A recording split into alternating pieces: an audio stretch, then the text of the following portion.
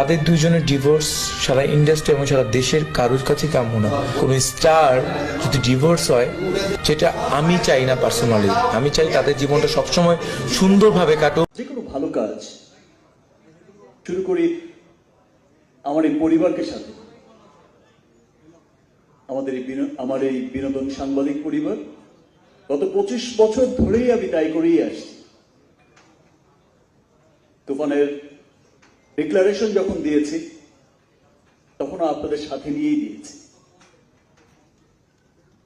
আজ এটা আসলে তেমন কোনো প্রেস কনফারেন্স, প্রেস মিট আমি ওইরকম ভাবে দেখি না কখনোই। এটা দেখি যে অনেকদিন পর পর আমাদের একসাথে দেখা হয়, আমরা একই পরিবারের মানুষ,